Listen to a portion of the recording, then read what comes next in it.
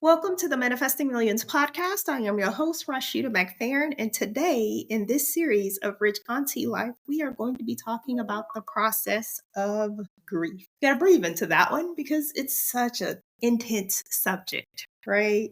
I don't know that I'm going to do the formality of giving 3 quick tips to deal with grief because I don't really have quick tips because I know that grief is a process. So let's start with my own grief. It's almost been a month. On January 31st, my father passed away at the ripe age of 84, a day after his birthday. And while I wasn't particularly close to my dad in my adult years, because honestly, he had a lot of issues that he could never seem to master.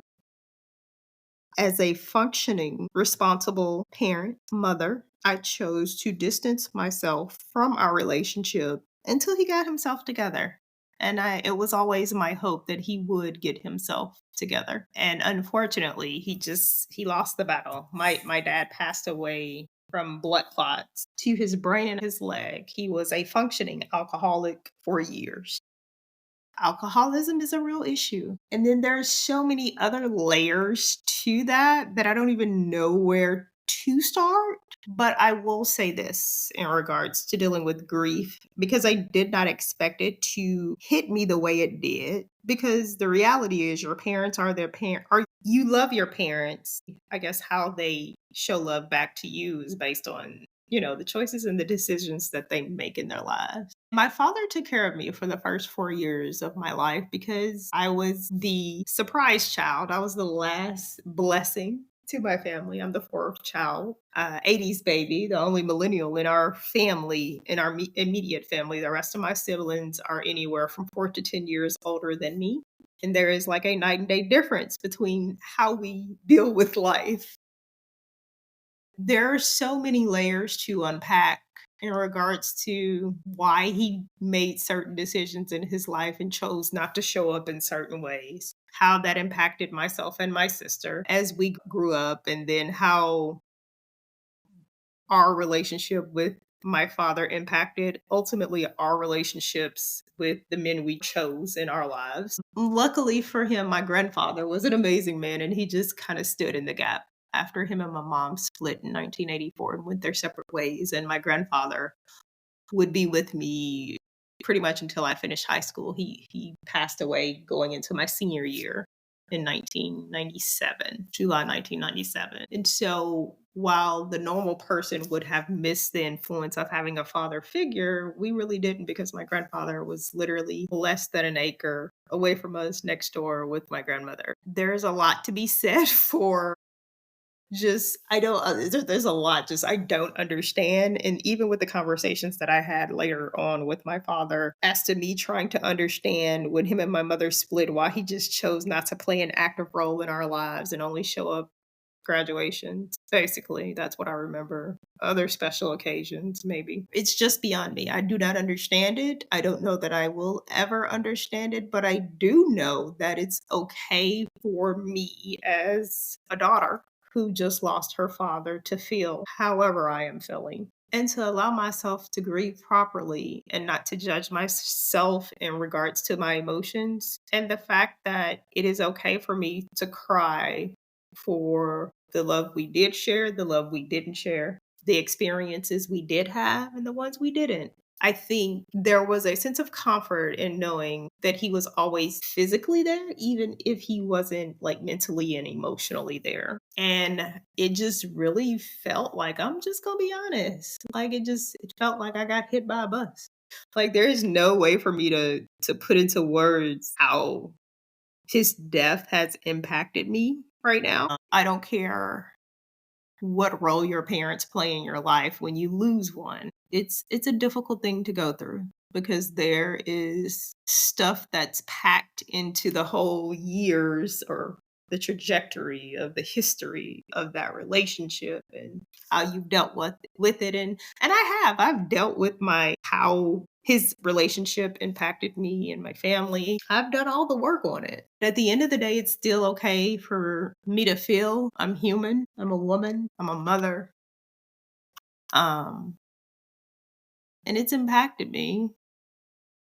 And what impacts me impacts my family. February has been a difficult month. And I think the other part of it, even in knowing that my father was like 84, he's 10 years older than my mom. So he's much older. And I think we knew that eventually he was going to pass away. I just don't think we thought it was going to be in the manner in which it was. And it's just been a lot. I think that it's just going to take time for me to deal with the process of the loss. And another thing in regards to my family, this makes the fourth death over the period of the past 2 years in reference to losing that generation in our family. It's just been consistent back to back. Actually, the fifth. We're just in this season of loss. I don't know how else to explain it. I was kind of wanting a break from it. We had just gotten to a year. My aunt passed away, my only auntie. My mom's only sister passed away last year in January. And we had just gotten to a year, her not being here. And then lo and behold, a week after that, then my dad goes and passes away. So yeah, we're here. We're processing. We're grieving. We're healing. I know we don't live forever. Our parents don't live forever. So make sure you cherish the time that you have with your loved ones. I cannot say that enough.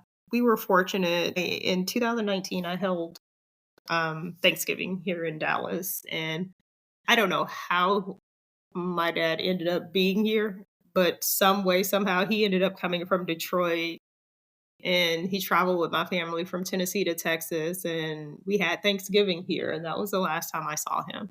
And to give you some perspective, the last time I had saw him before that had been in 2002, my Miss Tennessee State University coronation. So there had been a good 17-year gap because a lot had gone on in reference to the choices and decisions he was just making in regards to his own life that were not necessarily the greatest choices. And, sometimes people need to take breaks and get themselves together. And so for me, there was consistency in the fact that our interactions over the years were usually around a birthday, a graduation, or something happening where he would show up. Even after the Thanksgiving in 2019, and then, we went into COVID the next year, maybe there were some attempts on his part, but while he was at my house, I don't mind sharing this. While he was at my house, I asked him not to drink, and he did it anyway. And I would later find out, like a year later, as we were moving out of that house and getting ready to purchase our new home,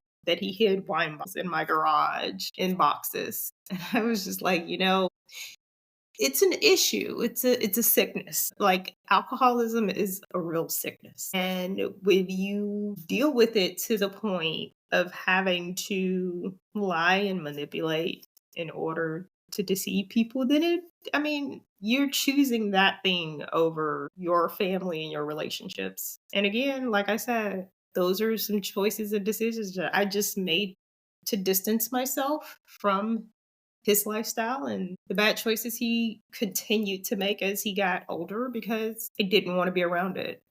You have to choose as an adult, as a parent, as a mother, what you are willing and not willing to tolerate. And there's just some stuff that I refuse to tolerate in my space. And it is what it is. My mother had said that he had gotten to the point that he no longer wanted to live. And it's a hard existence if you're waking up every day and just choosing to drink. I can imagine that being any type of peace in regards to transitioning to the other side. And I remember we were going to physical therapy that morning because my son was having physical therapy on his knees for a football injury. And my mom kept calling me, it's like, why is she calling me so much? And I finally got back to the house and answered the phone, and she told me that he was going into surgery and that if he lived, he would be on dialysis for the rest of his life. She had stated that he had continuously mentioned over the course, I guess, the last month or a few weeks that he was tired of living. And I get it. I can understand how that could be possible. So how we're dealing with it, I don't know. I have moments. They're the good memories that I do have of my dad, and I try to honor those. Some people don't get a better chance at life. And even though they try to do better, they don't necessarily accomplish the goal of getting better. And there are a lot of unresolved questions I do have, but there are also a lot of answers that I had when I had the conversations with him over the years in regards to why he chose to make decisions he made in regards to our family, in regards to our relationships. And I am at peace with that. I do wish he had had a better ending. I do wish he had made better choices over time, but you can only wish for something for someone else to a certain degree, and then they have to own that choice and own that power in order to change the life that they're living. And he apparently was unable to conquer that choice. Yeah, we're here. So that's the grief process is a process that just it's a process that keeps on giving. I think with grief, as I've learned with my grandparents and losing my grandparents years ago, because as I've mentioned previously in other episodes, my grandmother, my grandfather, and my mother raised me. And when I lost them, it was like losing a parent. It was really difficult at first. And then over time, I don't know that it gets better. You learn to continue to live and honor the memories you have and the life that you've lived with them and the time you shared with them. And you continue to live. So even like so with my grandmother passed away on January 4th, 2010. I was 29 years old. That day always stands out in my head, but as I've gotten older, I've learned to honor and be thankful for the time that was shared because I got to keep my grandmother until I was 29, almost 30 years old. I turned 30 that year. And a lot of people don't get the beauty of having the grace of elderly grandparents and the wisdom that comes with them being in your life for that long. And so I'm thankful for that. Now, with my grandfather, I had less time with him because he was stubborn. My grandfather passed away in July 1997. I was 16 going into my senior year of high school. Later on, the next year, spring 1998, I would graduate and matriculate to his alma mater, Tennessee State University. And there were tons of moments that I wish my grandfather was there. But there are also tons of moments that I know that he watches over me and that I'm thankful for the fact that even though he didn't get to see in a physical plane, I know that he's there from a distance in a sense. But even the grief in regards to dealing with the loss that came with my grandparents. It's just something that you learn to deal with over time. And grief is one of those things that it takes time to heal and not necessarily that you ever fully heal, but it's just a healing journey. So, for everyone out there who has lost a loved one, someone close to them who is going through the process of what it feels like to grieve. Know that I share your pain. Know that you are not alone. Know that it does eventually get better. It takes time, but it does eventually get better. Will you ever be the same? No. Does it hurt? Yes. Will you cry? Yes. But some way, somehow, or another, you figure out how to get through it, to continue living, and to choose to honor the memory of the people that you've lost and spend time focusing on the positive over the negative. That's usually how you get through it. There is no formality to this episode. I just really wanted to be unfiltered and share the fact that loss is a big deal. And sometimes you just got to sit in it to get through it. But I do want to say thank you. I know I've reached out to everybody that's reached out to me, all my friends, my family, specifically, especially my Tennessee State University fam. My parents met at Tennessee State University in the early 70s. To all my alum, thank you so much for reaching out, touching base with me, checking on my family. I do appreciate all of the love and support. And I told my sister, I said, sometimes I'm fine until somebody sends me condolences and regards. And then heck, before you know it, I'm crying again out of nowhere. And I said, I guess that's just a part of the grief process. And it is. It really is. And so, with that being said, thank you for listening. And I will see you in the next episode. Bye for now.